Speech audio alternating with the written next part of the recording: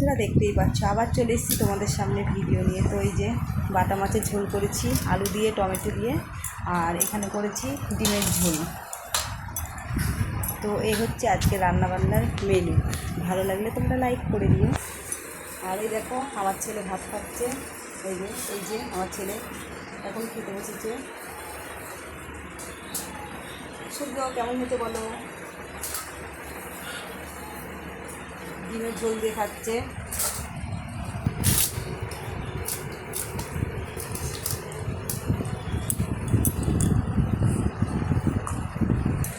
মা ছেলের ভিডিও যদি তোমাদেরকে ভালো লাগে অবশ্যই লাইক করে দিও। টাটা, দেখা হচ্ছে পরের ভিডিওতে।